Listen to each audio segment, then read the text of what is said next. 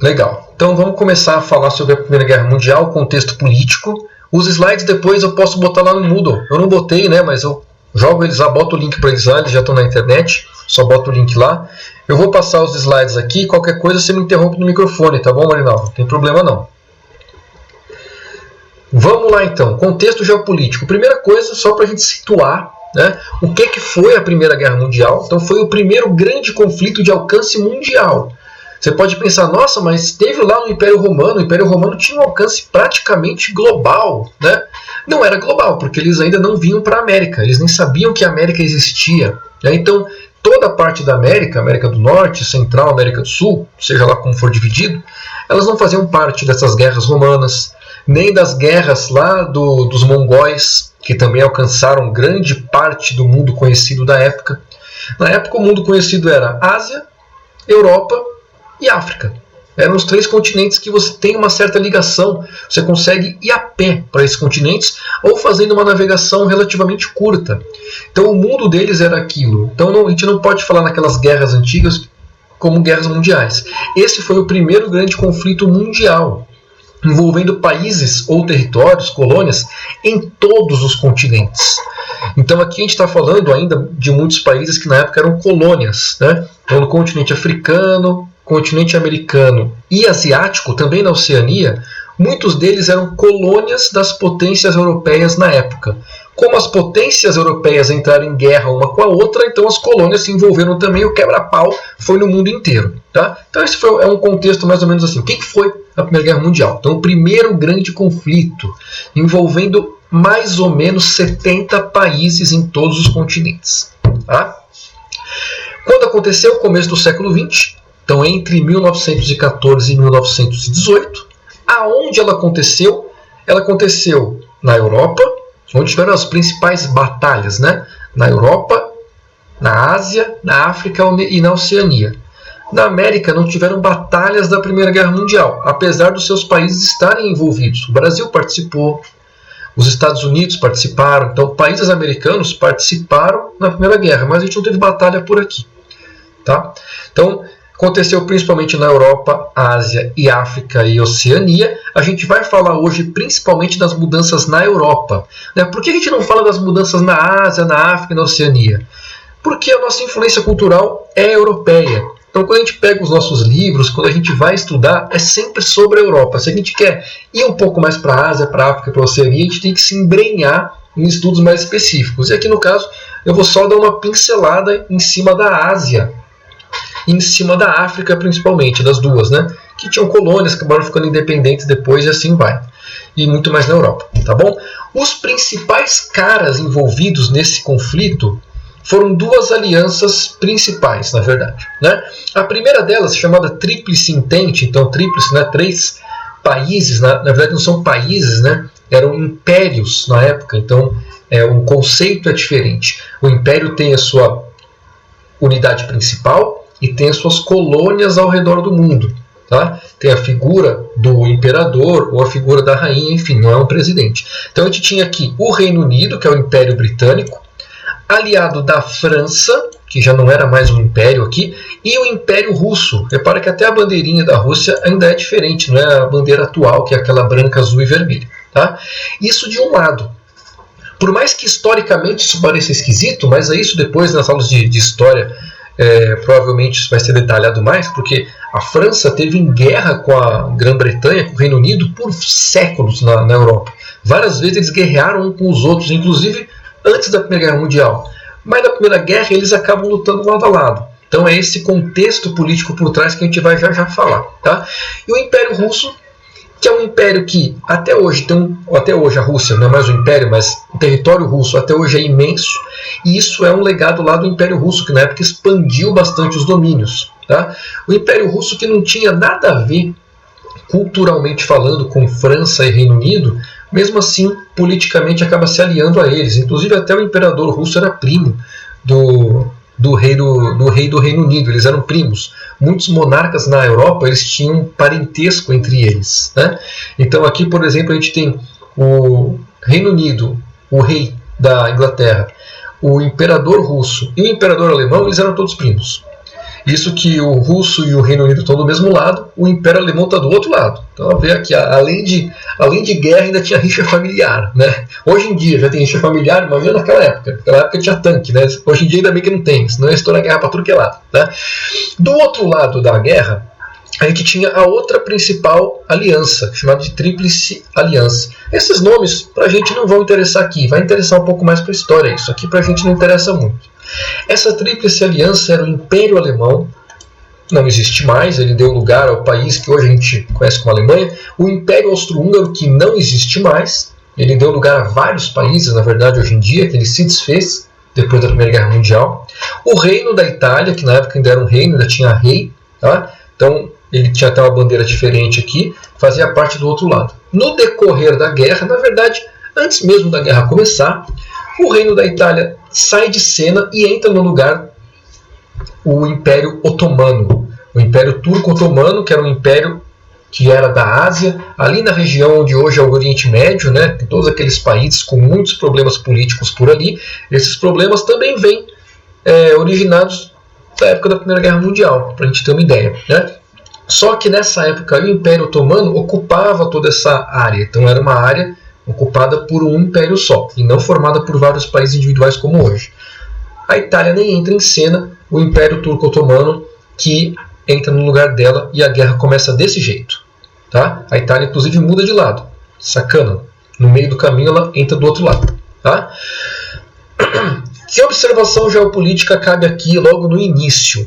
A mudança de lado da Itália foi uma baita de uma manobra geopolítica. Por que isso é importante a gente ver aqui? Falar, nossa, professor, o que eu tenho a ver com a mudança da Itália?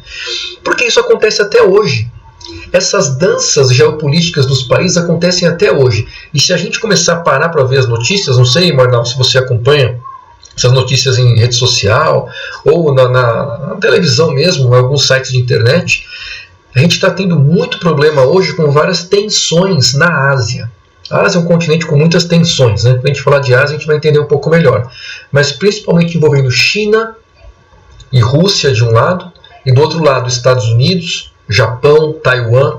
São vários países ali com uma tensão militar muito grande, e essa dança dos países e de aliados, ela vem até hoje.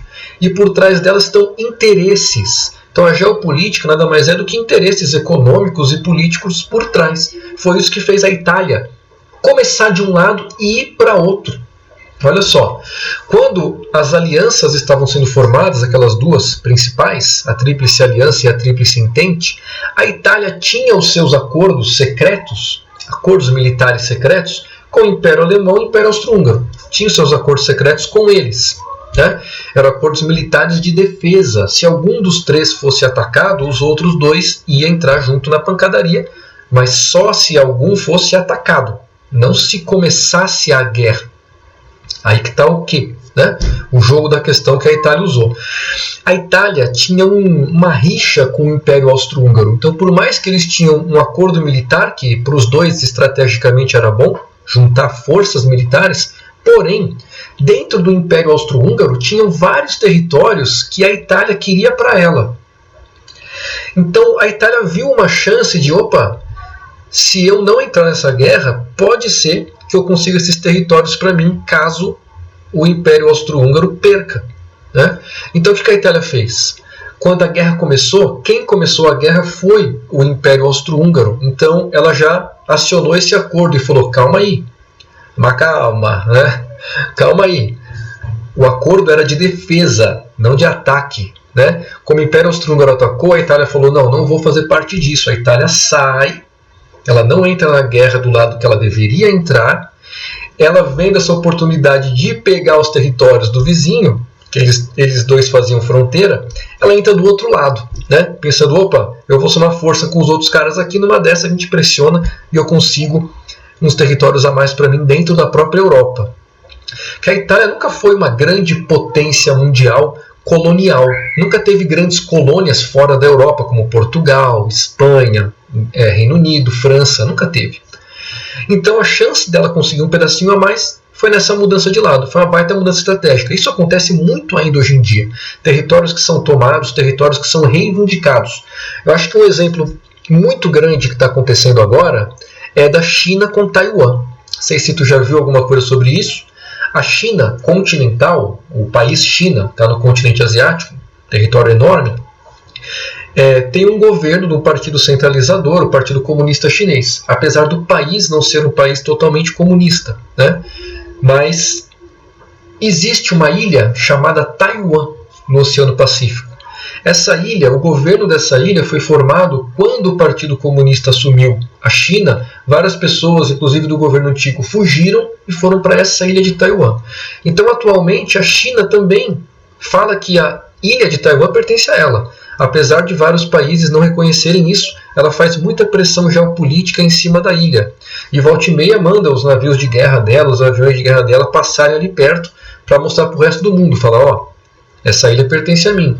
Então tem países que por causa disso nem chegam perto de Taiwan. Mesma coisa que a Itália fazia ali.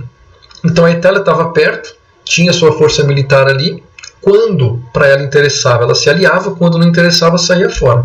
Então aqui é igual. A China, quando interessa, faz pressão em cima de Taiwan para tirar os países que estão em volta também de olho na ilha. Quando não interessa, ela se afasta um pouco. Tá? Então isso acontece muito ainda até hoje. Certo? Saindo da Itália entra o Império Otomano. O Império Otomano, hoje em dia, o que sobrou dele é o país chamado Turquia. É a principal sobra do Império Otomano. Né? O Império Otomano é um império bem antigo. Os árabes dominaram todo o norte da África no passado, até o sul da Europa, a Península Ibérica, antes de começar as navegações. Então, os impérios árabes do passado sempre foram extremamente desenvolvidos. E o último foi o Império Otomano. Só que ele fazia fronteira com o Império Russo. Então ele já tinha uma rixa com o Império Russo ali. Ele vem dessa brecha para poder aumentar o seu território também para dentro da Europa ou para cima da Rússia. Ele entra aliado com o Império Alemão, o Império Austro-Húngaro contra a Rússia. Tá? Então a gente tem a primeira manobra geopolítica, uma coisa muito comum até hoje, que é justamente interesses territoriais. E aí o que pode ter por trás dos interesses territoriais? Por que será que um país ele quer sempre aumentar o seu território? Por que a Itália queria aquele pedaço? Porque o Império Turco-Otomano entrou numa guerra para conseguir mais pedaço de terra. É porque em alguns pedaços de terra tem coisas muito estratégicas.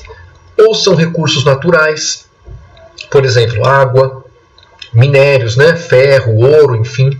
Ou pode ser petróleo ou gás natural. Ou pode ser uma passagem estratégica, no caso do Império Otomano com a Rússia. Uma passagem estratégica, pode ser um estreito de terra ou um estreito de água, por onde vai circular uma grande quantidade de comércio, e quem controla aquilo ali, claro, tem um controle em cima de uma grana muito grande. Então eles vão sempre querer um território a mais por interesses, seja de recursos, seja de comércio, ou da população que mora ali mesmo. Né? Então no caso da Itália, existia uma parte do território dentro do Império Austro-Húngaro, onde a maioria da população era italiana. E aí tinha esse interesse de usar isso para aumentar o tamanho do país. Tá? Então a primeira manobra geopolítica aí, interesses em territórios, faz com que já tenha uma dança logo no primeiro momento da Guerra Mundial. O que teve de diferente nessa guerra que faz ela ser tão lembrada até hoje? Tem tantas coisas que a gente usa hoje que vem de lá. A gente usa não, né? Mas que são usadas nesse meio militar que vem de lá e até no meio civil que a gente nem imagina. Então, os tanques de guerra são figurinha carimbada aí sempre que aparece uma notícia sobre guerra em qualquer lugar. Surgiram na Primeira Guerra Mundial. Claro que lá eram essas máquinas aí que mais parecem um trator, né? Hoje em dia isso mudou, mas antigamente era esse tratorzão aí, tá? Lutas em trincheiras, isso eu vou mostrar já para você aqui um mapa, como isso modificou o espaço dentro do continente. Né? A aviação não existia, lembra que o primeiro voo do Santos Dumont foi no começo do século XX. Então tinha sido o quê? 10 anos antes da Primeira Guerra Mundial. O avião mal tinha sido inventado, e foi a primeira vez que ele já foi usado para uma guerra. E logo depois disso, o desenvolvimento foi tão grande da aviação, que a aviação civil também se desenvolveu, e aí isso fez um boom da globalização, estourou a globalização logo depois da Primeira Guerra Mundial, por causa do desenvolvimento da aviação durante a guerra. Então olha a importância que existiu. Não só durante a Primeira Guerra Mundial, né? Sempre quando tem uma grande guerra existe um salto tecnológico, porque para a briga, para sair na pancada, os países investem muito em tecnologia a fim de superar o seu adversário. Então a gente teve isso na Guerra Fria também, teve na Segunda Guerra, e o marco da Primeira Guerra Mundial, com certeza, é a consolidação da aviação. Tá? Teve também o uso de armas químicas, então armas químicas em larga escala. Isso foi tão preocupante que logo depois da Primeira Guerra fizeram-se vários acordos internacionais para proibir as armas químicas. Então até hoje elas são proibidas por leis internacionais de serem usadas em guerra, apesar, é claro, dos governos manterem arsenais disso. Mesmo os governos ocidentais, da Europa Ocidental e dos Estados Unidos, e os orientais também, mantêm arsenais disso. Tá? Mas elas foram proibidas e depois de serem usadas em grande escala na Primeira Guerra Mundial. Dá pra gente ver até que na trincheira o tiozinho aqui tá de máscara, né? Olha lá. Então os caras ficavam no campo de batalha de máscara. E aí tinha máscara para cavalo, tinha máscara para tudo que tu pode imaginar. Tinha até uns kits que você botava em carrinho de bebê para proteger o bebê de gás, caso alguma cidade fosse atacada com arma química. Então é uma doideira, né? Mas tinha de tudo. As trincheiras, como eu falei ali, marcaram muito a Primeira Guerra Mundial, porque elas modificaram muito o espaço, traçaram fronteiras novas, na verdade. Então o que é uma trincheira? É um buracão que se abre, né? Os soldados ficam lá dentro, escondidos nesse buraco, e aí eles atiram por cima. Tá? E aí aconteceu que foram abertos quilômetros e quilômetros, centenas, milhares de quilômetros de trincheiras foram abertas pela Europa inteira. Vinha uma trincheira de baixo, uma trincheira de cima, elas iam se aproximando até quase se encostar. E aí entre uma trincheira e outra, o pessoal ficava se matando ali. Né? Uma vez ou outra tinha um momento de paz, quando era Natal eles paravam, jogavam futebol junto, depois eles voltavam e se matavam de novo. As trincheiras foram tão importantes porque olha o tamanho delas. Aqui essas linhas são as linhas de trincheiras. Então a gente tem aqui essa linha azul, ó, a linha de trincheira na fronteira da França com o Império Alemão e o Império Austro-Húngaro. Depois as linhas de trincheira aqui na parte do Império Russo. Então eram linhas enormes de trincheira. Isso modificou muito o espaço, isso modificou muito as fronteiras, as guerras de trincheira, e até hoje na Europa o pessoal acha essas trincheiras ainda enterradas e dentro delas vários armamentos e várias coisas que ainda estão ativos. Volta e meia vem uma notícia na televisão aí, foi encontrada bomba, fazendo uma obra no metrô da Alemanha, encontraram uma bomba da Guerra Mundial, ou na França. Então muito disso por causa das trincheiras também. Fica tudo enterrado, eles vão achando aos poucos. Tá? Aqui um outro mapinha, um pouco mais bonitinho, né? Mas também falando de trincheira, a gente vê as principais frentes de batalha. Né? França e Reino Unido. Aqui, ó, Itália com o Império Austro-Húngaro. Aqui embaixo, o Império Turco-Otomano com os eslavos, o Império Russo. E aqui em cima o Império Russo com o Império Alemão e o Império Austro-Húngaro. Então essas trincheiras delimitavam a pancadaria. Né? Teve trincheira em outros lugares do mundo? Teve também. Teve bastante trincheira em outros lugares. Na África, na Ásia, teve bastante coisa. Mas não tão grandes assim quanto essas dentro do território europeu. Tá certo? Então tá aí. Uso de armas químicas, aviação, os primeiros tanques de guerra, e também submarinos. Não estava no outro slide, aqui está então submarinos também usados na guerra. Bom, o que levou essa guerra a estourar nesse momento? Né? Existiam algumas coisas acontecendo no continente europeu entre as potências da época que motivaram esse conflito. Então não foi à toa que ele apareceu bem no início do século XX. Né? Que ideias estavam muito fortes na época que levaram essa guerra a acontecer? Primeiro, as ideias imperialistas. Isso aqui que depois na aula de história vocês vão detalhar melhor. Né? As ideias imperialistas eram aquelas ambições coloniais. Eram os países europeus terem o maior número de colônias possível ao redor do mundo todo. Por exemplo, o Império Britânico tinha até o dizer, né, o ditado, não era nem um dizer, porque era um fato, era verdade, que o sol nunca se põe no Império Britânico. Eles diziam isso. Era sempre de dia no Império Britânico, porque eles tinham colônias ao redor do mundo todo. Então se estava de noite em uma, era de dia do outro lado do planeta. Eles tinham colônias no mundo inteiro. Então tinha esse ditado, né? O sol nunca se põe no Império Britânico. Era tanta colônia, era uma ideia imperialista tão grande que isso gerava conflito, claro, porque o mundo não é infinito, né? Então, uma hora as colônias começam a se encostar. Você não tem mais o que colonizar. Você quer expandir, mas não tem mais para onde ir. Só que você ainda quer expandir. Então, as ideias de imperialismo, de criar um império cada vez maior e mais poderoso. Para que eles iam atrás disso? Para matéria-prima. A gente está falando aqui do início da Revolução Industrial. Então eles precisavam de muita matéria-prima para manter as indústrias funcionando e iam buscar essas matérias-primas nas colônias. Tá? Então as ideias imperialistas estavam muito fortes, era o auge do imperialismo. Império Britânico, Império Francês, Império Russo, isso eram ideias fortíssimas. Por que então, se todos eles tinham ideia, por que entra em conflito? Por que eles não fazem um acordo? Porque os impérios não são todos iguais. Alguns são muito mais antigos, outros acabaram de surgir. E aí que vem o grande problema. O Império Britânico e o francês, eles já eram mais antigos, já tinham colônias no mundo inteiro, já tinham se enfrentado em várias guerras no passado. Só que, de repente, no século XIX, alguns anos antes da Primeira Guerra Mundial, surge o Império Alemão. Ele não existia antes. Surge o Império Austro-Húngaro, ele não existia. Foram dois impérios novos dentro da Europa e bem no centro da Europa. E eles tinham uma máquina industrial enorme. Eram vários reinos separados, cada um com a sua indústria e com a sua população. De repente eles se juntam para formar um grande império, para aumentar a potência. E aí a criação de impérios novos preocupa os impérios antigos. Tá? Então os impérios novos surgindo, eles também querem se expandir, mas não tem para onde. Então, como eles não têm para onde, porque tudo já é dos impérios antigos, eles vão acabar entrando em guerra cedo ou tarde.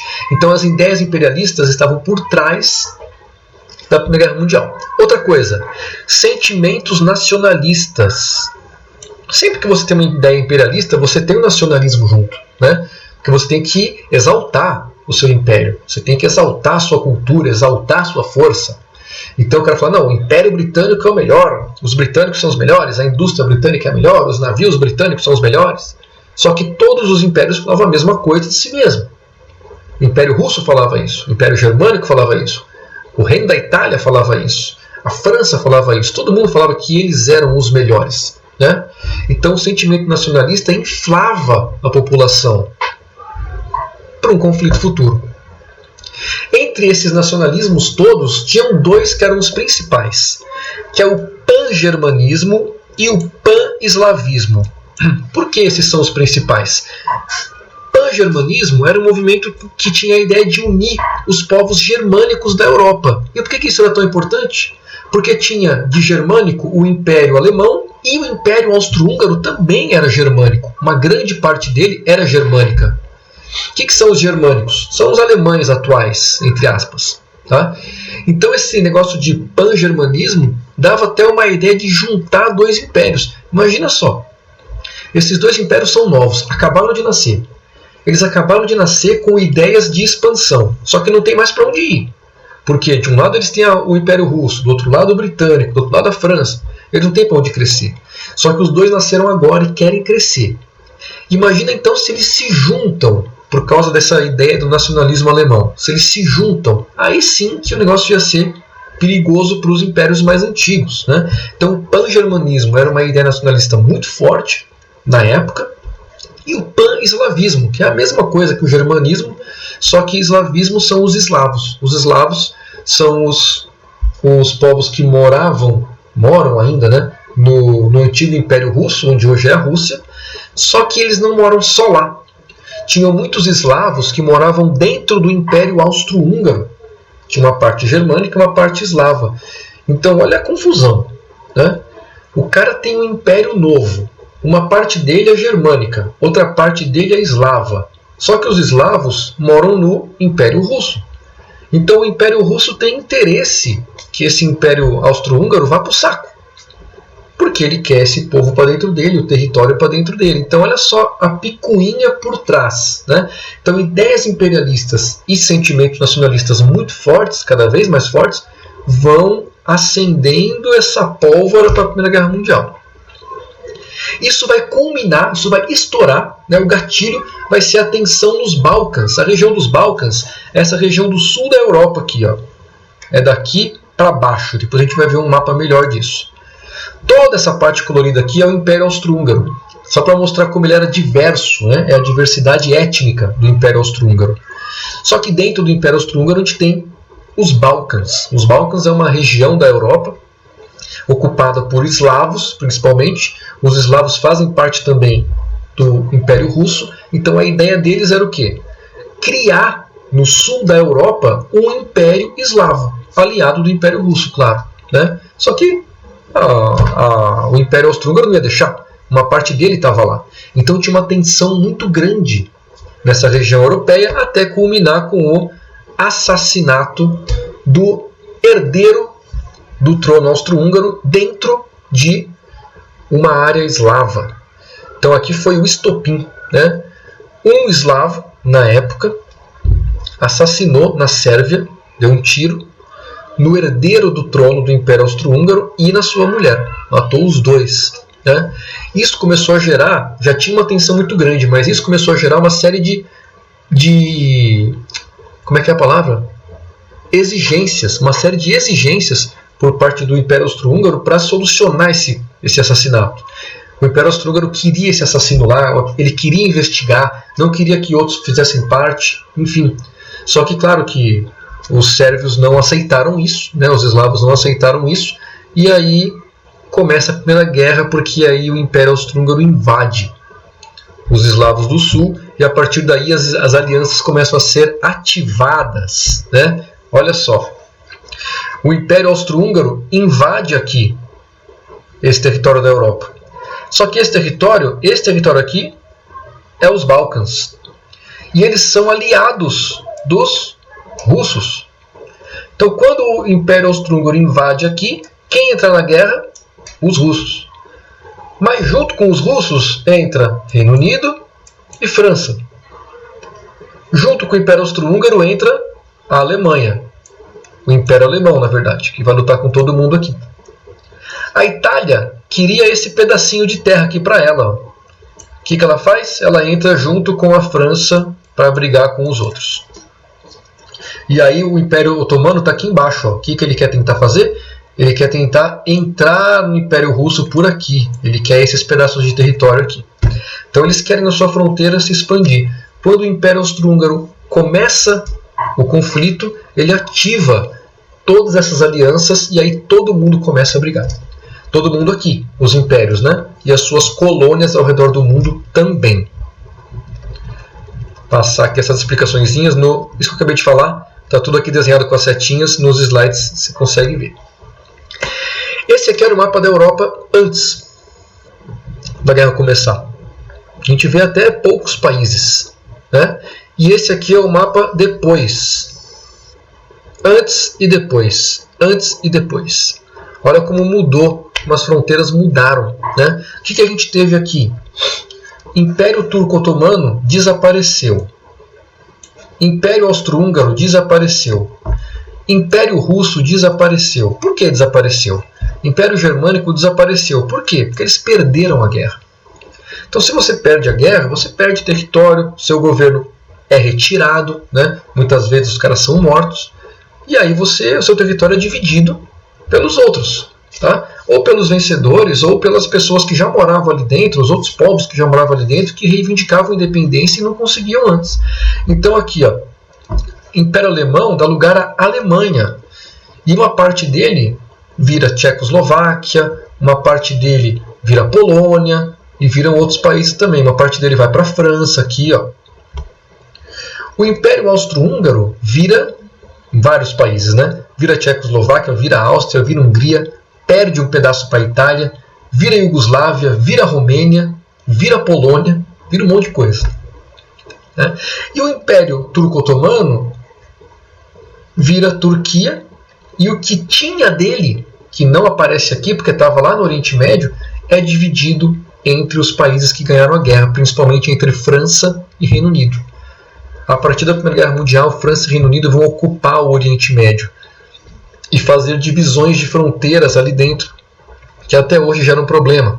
que nem fizeram lá na África, né? Dividiram fronteiras, tem fronteiras na África que são linhas retas, né? Linhas retas passadas no mapa. Só que quando chegam lá na prática, você dividiu povoados ou juntou povoados inimigos, até hoje tem muito conflito por causa disso. Fizeram a mesma coisa no Oriente Médio, depois que o Império Turco-Otomano deixa de existir, aí os aliados aí, Reino Unido e França, entram lá e dividem o Oriente Médio entre eles. Bom? Mas você fala, professor, mas e o Império Russo? Por que ele saiu da guerra? Ele não estava do lado vencedor? Estava. Mas durante a Primeira Guerra Mundial teve um acontecimento geopolítico importantíssimo dentro do Império Russo. Eu digo importantíssimo porque moldou todo o século XX, que foi a criação da União Soviética. Né? Concordando ou não com a criação, tem gente que defende, tem gente que não defende, mas não estou aqui para falar disso. A criação da União Soviética levou a várias consequências geopolíticas no século XX, com a Guerra Fria e tudo mais. Então, durante a Primeira Guerra Mundial, o Império Russo é derrubado internamente pelos próprios russos.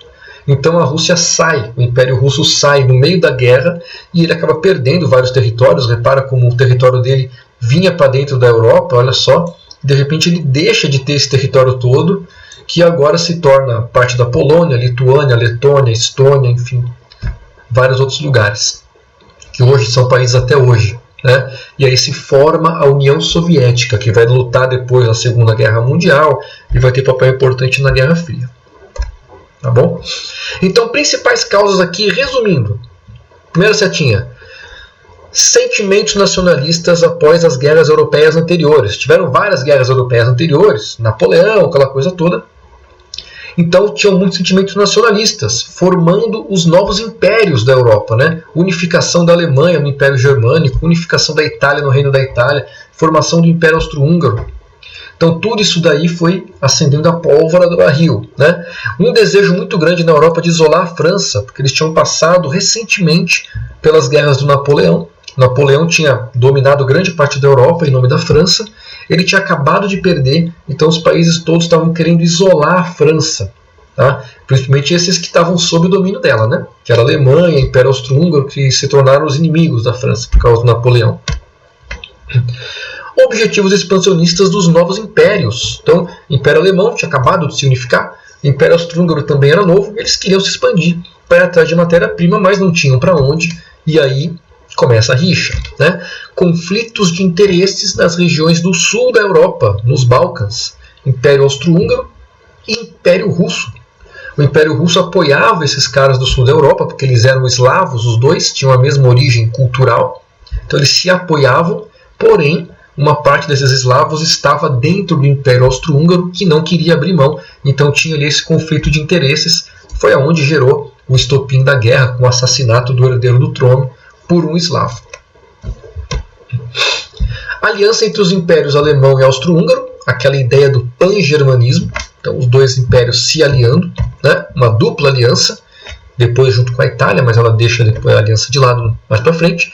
A França, isolada por causa das últimas guerras da Europa, acaba se aliando ao Império Inglês e ao Império Russo por causa da criação desses novos impérios, né? Para contrabalancear os novos impérios. E aí o conflito de interesses entre França e Itália, a Itália, né, querendo aqueles territórios que eu falei do Império Austro-Húngaro, faz com que a Itália se alie com a França e mude de lado no decorrer da guerra.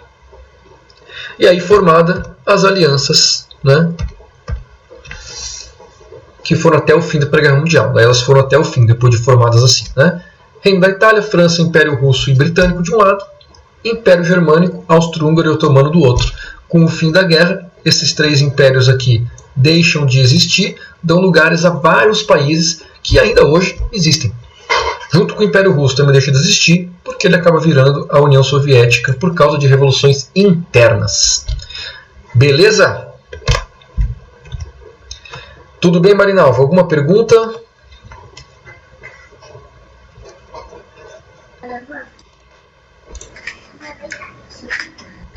Não, professor, não.